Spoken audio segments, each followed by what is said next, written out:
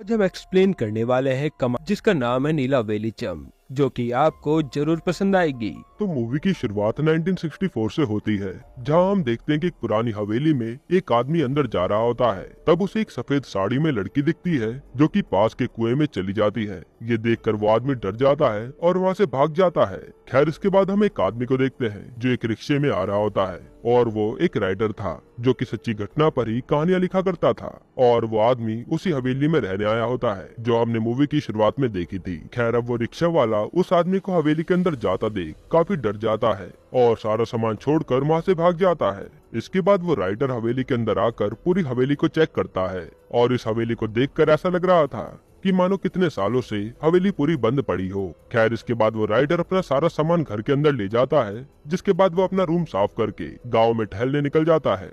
फिर वो writer postman के पास आकर उसे अपना नाम बताता है और कहता है कि अगर इस नाम पर कोई भी लेटर आए तो उसे दे देना। जिसके बाद वो पोस्टमैन उसका पता पूछता है तो राइटर कहता है, मैं उस हवेली में रहता हूँ। अब ये सुनकर वो पोस्टमैन बहुत डर जाता है, क्योंकि वो जानता था कि वो हवेली भूतिया है। खैर, इसके बाद राइटर खाना खाने के लिए एक होटल में जाता है और वहाँ के आदमी से कहता है कि वो इस गांव में नया आया है, तो उसे 3 टाइम का खाना उसके घर पर भिजवा देना। इस पर वो आदमी उसके घर का पता पूछता है तो राइटर उसे उसी हवेली का पता बताता है। तब ये सुनकर वो आदमी भी डर जाता है और उस हवेली में खाना भेजने से मना कर देता है। इसके बाद वो राइटर अपने दोस्तों से मिलने जाता है। तब उसके दोस्त उसे देखकर काफी खुश होते हैं, लेकिन उस राइटर का पता सुनते ही उनके होश उड़ जाते हैं। तब वो उसे कहते हैं कि उस हवेली में एक आत्मा रहती है जो भार्गवी नाम की लड़की की थी, जिसने कुएं में कूदकर अपनी जान दे दी थी, और वो बहुत ही अच्छा नाचती और गाती थी। फिर जब राइटर उससे आगे की कहानी पूछता है तो वो बताता है कि भार्गवी और उसके प्रेमी शशि कुमार एक दूसरे से प्यार करते थे। फिर एक दिन शशि कुमार उसे छोड़कर शहर चला गया, जिसके बाद भार्गवी ने कुएं में कूदकर अपनी जान दे दी। और कुएं के पास उन्हें शशि कुमार का एक लेटर मिला था जिसमें लिखा था कि वो किसी और से शादी कर रहा है। तब से ही भार्गवी को लड़कों से नफरत हो गई और उसी टाइम से वहाँ गाँव के लोगों को आवाजें सुनाई देती है, जिसकी वजह से गांव के लोग रात को तो छोड़ो दिन में भी जाने से डरते हैं। अब ये सुनकर राइटर अपने दोस्तों से कहता है कि वो फिक्र ना करे, उसे कुछ भी नहीं होगा। खैर, इसके बाद उन सबसे मिलने के बाद वो राइटर वापस अपनी हवेली में आता है और सीधा हवेली के अंदर उस कुएं के पास जाता है, और फिर वो भार्गवी से बात करता है कि वो उसका नया किराएदार है और भार्गवी के साथ जो कुछ भी हुआ बहुत बुरा हुआ। साथ ही राइटर कहता है कि वो यहाँ पर अकेला है और उसके पास रहने के लिए कोई जगह भी नहीं है, इसलिए वो उसे परेशान ना करे और उसे यहाँ आराम से रहने दे। खैर, इसके बाद वो राइटर वहाँ गाना लगाकर नहाने लगता है। तभी हमें वहाँ भार्गवी की आत्मा दिखाई देती है जो ठीक कुएं के पास बैठी हुई थी, और ये सीन देखने में डरावना लग रहा था। हालांकि इसके बाद वो राइटर हवेली में आकर अपनी कहानी लिखता है जो कि एक लव स्टोरी के बारे में थी। फिर जब वो राइटर अपनी कहानी लिखकर सो जाता है तब हम देखते हैं कि भार्गवी की आत्मा आकर उसकी डायरी को पढ़ती है, जिसके बाद वो आत्मा रूम से जाते जाते लालटेन की रोशनी कम कर देती है। अब अगले दिन राइटर खाना खाने के लिए होटल में जाता है, जहाँ पर सारे लोग उसे ही देख रहे थे और सोच रहे थे कि वो सारी रात उस हवेली में कैसे रह गया। खैर, अब इसके बाद होटल वाला आदमी उससे पूछता है कि कल रात उसके साथ उस हवेली में क्या हुआ।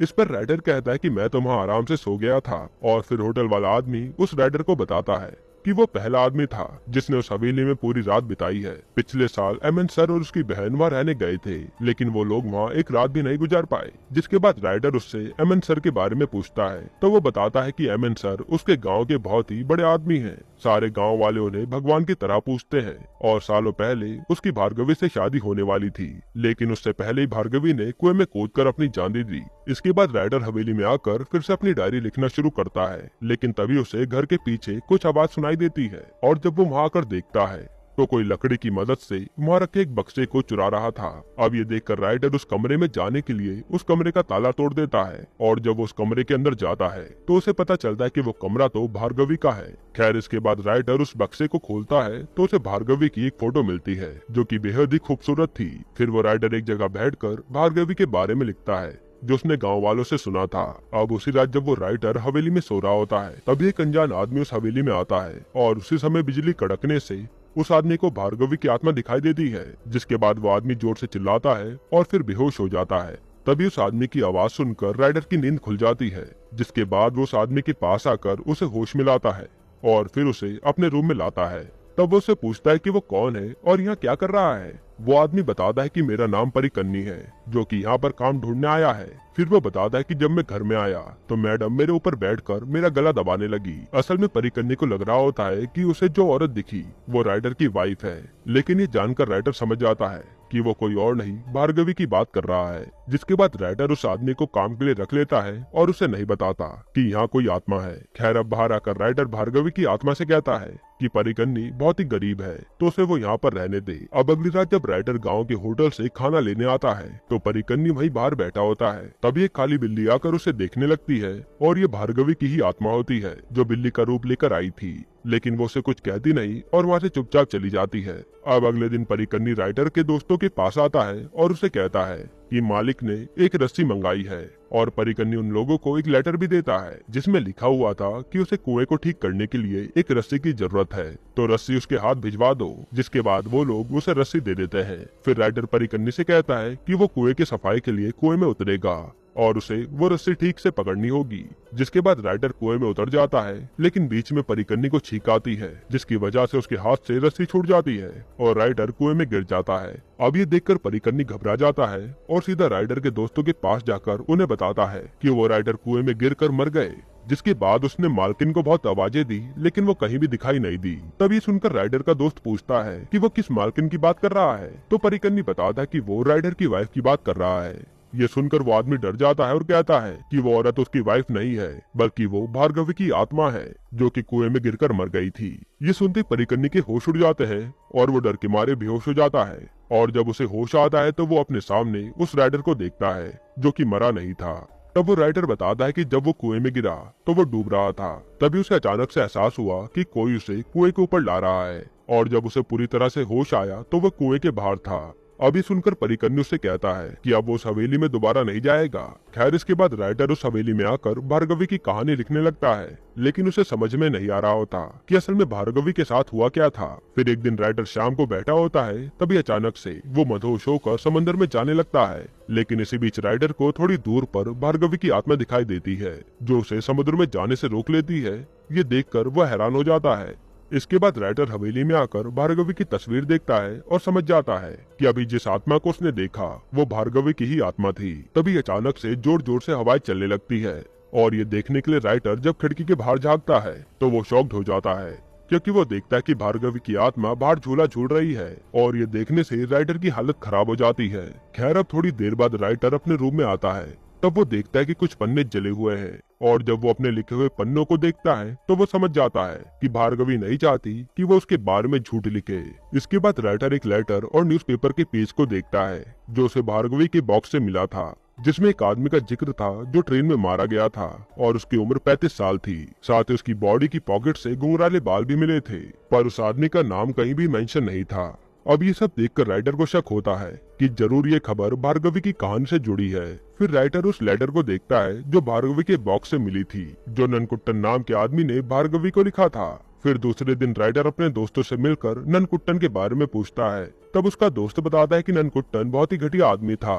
साथ ही राइटर के दोस्त उसे भार्गवी की 2 सहेलियों के बारे में भी बताते हैं। जिसके बाद राइटर भार्गवी की सहेलियों के पास जाता है और उनसे भार्गवी के बारे में पूछता है। तब उसे वही बात पता चलती है कि भार्गवी के पड़ोस में शशि कुमार नाम का एक लड़का रहता था जिससे भार्गवी बहुत प्यार करती थी, लेकिन एक दिन शशि कुमार उसे छोड़कर चला गया।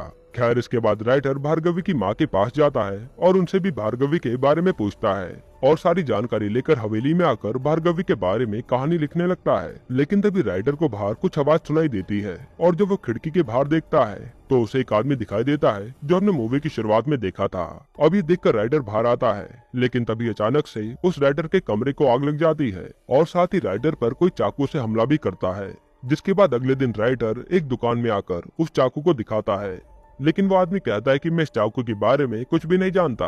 खैर अब रात में राइटर भार्गवी की कहानी लिख रहा होता है, लेकिन तभी उसकी लालटेन के तेल खत्म हो जाती है। जिसके बाद राइटर अपने दोस्तों के पास तेल मांगने जाता है, और जब वो वापस हवेली में आता है तो देखता है कि वहाँ पर बहुत उजाला है, जो कि भार्गवी की आत्मा ने अपनी शक्तियों से किया था। यानी वो चाहती थी कि वो उसकी कहानी पूरी करे। जिसके बाद राइटर भार्गवी की कहानी पूरी कर देता है और कुएं के पास आकर बैठ जाता है। फिर वो भार्गवी को पूरी कहानी सुनाता है जो उसने लिखी थी। और कहानी फ्लैशबैक में जाती है, जहां हम भार्गवी को देखते हैं जो कि क्लासिकल डांसर होती है। भार्गवी के घर के बगल में शशि कुमार का घर होता है जो कि एक गायक था। फिर एक दिन भार्गवी के कॉलेज में एक फंक्शन होने के कारण वो शशि कुमार से गाना सीखने के लिए उसके घर जाती है और उसी बीच इन दोनों में काफी अच्छी दोस्ती भी हो जाती है, जिसके बाद ये दोस्ती प्यार में बदल जाती है। और इसी के बाद से ये दोनों रात में अपनी दीवार के पास आकर एक दूसरे से घंटों बातें किया करते थे। इसी दीवार के जरिए दोनों एक दूसरे को लव लेटर भी दिया करते थे।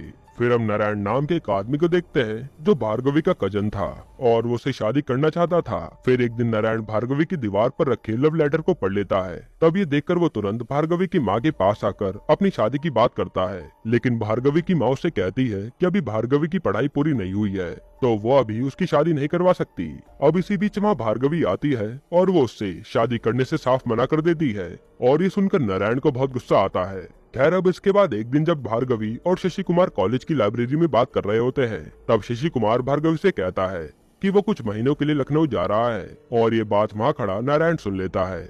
फिर जब शशि कुमार स्टेशन में होता है तब उसे वहाँ नारायण मिलता है, जिससे हमें पता चलता है कि नारायण ने भी वहीं का टिकट कटवाया है। अब नारायण शशि कुमार को एक पैकेट देता है और कहता है कि उसे ये भार्गवी ने देने के लिए कहा है और उस पैकेट में केले होते हैं। तो शशि कुमार उसे खा लेता है और केले खाने के बाद ही शशि कुमार मर जाता है, यानी कि उस केले में जहर था जो कि नारायण ने मिलाया था। अब इधर भार्गवी शशि कुमार का इंतजार करती रहती है, लेकिन उसे पता ही नहीं होता कि शशि कुमार तो मर चुका है। फिर एक दिन नारायण भार्गवी के पास आता है और उससे अपनी शादी की बात करता है, लेकिन भार्गवी उससे शादी करने से साफ मना कर देती है और उसकी बेइज्जती भी करती है।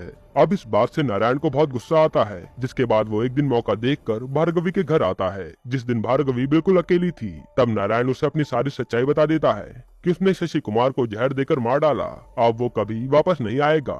ये सुनकर भार्गवी रोने लगती है और नारायण को एक थप्पड़ मार देती है, जिससे नारायण को गुस्सा आ जाता है और वो भार्गवी को कुएं में गिरा देता है, जिसकी वजह से उसकी वहीं मौत हो जाती है। इसके बाद नारायण पूरे गांव में यह अफवाह फैला देता है कि भार्गवी ने आत्महत्या कर ली, यानी यहाँ मास्टरमाइंड नारायण था। अब मूवी प्रेजेंट में आती है, जहाँ पर एमएन राइटर के पास आता है और हमें पता चलता है कि ये तो वही नारायण है और वो राइटर से कहता है कि जो उसने कहानी लिखी है वो सच्ची कहानी है, लेकिन वो उसे वो कहानी पब्लिश करने नहीं देगा और साथ ही वो उसे मारने की धमकी भी देता है, जिसके बाद वो डायरी के सारे पन्ने कुएं में गिरा देता है। फिर नारायण अपना चाकू निकालकर राइटर पर हमला करता है और उससे कहता है कि अगर ये बात बाहर आ गई तो पूरे गांव में उसकी बदनामी हो जाएगी, क्योंकि उस गांव के लोग उसे भगवान की तरह मानते हैं। फिर इन दोनों में काफी लड़ाई होती है और हाथापाई के दौरान ही नारायण राइटर को कुएं में गिराने की कोशिश भी करता है, लेकिन राइटर उसका पैर खींचकर उसे ही कुएं में गिरा देता है, जिसके बाद राइटर उसे डूबता देख नहीं पाता और उसे रस्सी देता है ताकि वो ऊपर आ सके। लेकिन तभी भार्गवी की आत्मा कुएं में आकर उसका पैर पकड़ लेती है और नारायण को नीचे खींच लेती है, जिससे नारायण की पानी में डूबकर मौत हो जाती है, यानी भार्गवी ने अपना बदला ले लिया था। इसके बाद राइटर देखता है कि कुएं के अंदर से रोशनी आ रही है, जो उसके डायरी के भीगे हुए पन्नों को बाहर निकाल देती है। फिर वो रोशनी आसमान में जाकर मुक्त हो जाती है, यानी कि भार्गवी की आत्मा को अब मुक्ति मिल गई थी। यहीं पर ये मूवी खत्म होती है। दोस्तों, आपको ये मूवी कैसी लगी हमें कमेंट में जरूर बताइएगा, और इसके अलावा आप कौन सी मूवी का एक्सप्लेनेशन देखना चाहते हैं वो भी कमेंट कीजिएगा। बाकी अगर आपको हाल ही में आई एक कमाल की मर्डर मिस्ट्री मूवी देखनी है तो आप ये वीडियो देख लीजिए।